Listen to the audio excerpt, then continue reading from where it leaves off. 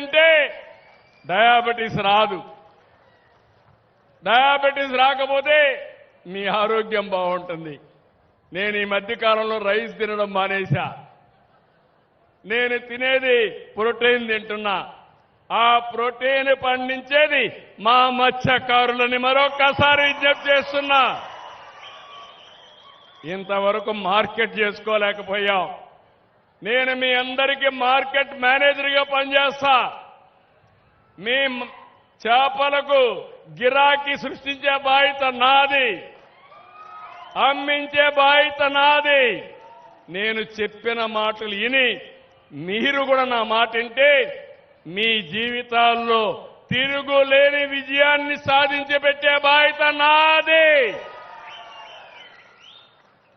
ఇంకో పక్క ఈ పోర్ట్లన్నీ మీరు చూస్తే ఎక్కడెక్కడ ఫిషింగ్ హార్బర్లు కావాలనో ల్యాండింగ్ కోసం ఏర్పాట్లు చేయాలని అన్ని దిక్కలా చేస్తాం. రెండో పక్కన కొన్ని పెద్ద పోర్ట్లు వస్తే అక్కడ ఇండస్ట్రీస్ వస్తాయి. ఇక్కడ కూడా మీరు ఉత్పత్తి చేసిన వస్తువుల్ని ఈ పోర్టు ద్వారా పంపిస్తే ఇక్కడ మీ పిల్లలకు కూడా ఉద్యోగాలు వస్తాయి. చేపల బట్టే పిల్లలు చేపలతోనే ఉండిపోవడం మంచిది కాదు. ఈరోజు ప్రభాకర్ రెడ్డి గారు ఉన్నారు, కృష్ణారెడ్డి ఉన్నాడు. వీళ్ళు నెల్లూరు జిల్లాలోనే పుట్టారు. వ్యాపారాలు చేసుకుంటూ 10 రూపాయలు సంపాదించారు. నా మత్స్యకారులు ఎందుకు ఆ విధంగా తయారు కాలేరో నేను చూస్తానని మరొకసారి హామీ ఇస్తున్నా. అది నా పట్టుదల. అన్ని చెరువుల్లో నీళ్లు పెట్టాను, అన్ని రిజర్వాయర్లో నీళ్లు పెట్టాను. రిజర్వాయర్లు నీళ్లు కళకళలాడుతున్నాయి. ఇప్పుడు చేపలు గలగలలాడించాల్సిన బాధ్యత ఉంది. అన్ని చెరువుల్లో చేపలు ఉండాలి.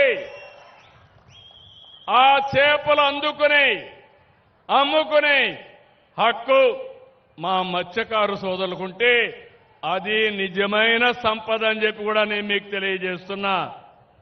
ఇక్కడే సాగర్ డిఫెన్స్ ప్రాజెక్టు పెట్టినప్పుడు మీకు అనుమానాలు క్రియేట్ చేశారు. ఎవరికి అనుమానం వద్దు. ఇది దేశ రక్షణ కోసం చేసేది. ఇందులో పనిచేసే వాళ్ళందరికీ మన ఊర్లో ఉండే వాళ్ళకి స్కిల్ డెవలప్మెంట్ చేసి మీకే ఉద్యోగాలు ఇప్పించే బాధ్యత మేము చూసుకుంటా. ఇంకొక పక్కన ఈరోజు మనందరం గుర్తుపెట్టుకోవాల్సింది అవేర్ ఒక వ్యవస్థ పెట్టుకున్నాం. మత్స్యకారులందరికీ వేటకు పోయే వాళ్ళందరికీ సమాచారం పెట్టామా లేదా అని మిమ్మల్ని అడుగుతున్నా. పెట్టామంటే చేతులు పైకెత్తండి. That is very good. ఇప్పుడు కలెక్టర్ చెప్పాను, సెటిలైట్ తిరుగుతూ ఉంటుంది. ఇక్కడ ఎవరు ఎంతమంది ఉన్నారో అది కూడా రికార్డ్ చేస్తూ ఉంటుంది. ఏదైనా బోట్లు వస్తే అది కూడా రికార్డ్ చేస్తుంది. అదే మరి సంపద ఎక్కడుందో అవన్నీ కూడా చూసి చేపలు ఉండేది ఇక్కడికి మనకి ఎప్పటికప్పుడు వస్తాయి. దీన్ని ఇంకా పగడ్బందీగా అమలు చేస్తాం. ఒక పక్క మెకనైజ్డ్ బోట్లు వచ్చి ఇంకో పక్క ఎక్కడ చేపలున్నాయో చెప్పగలిగితే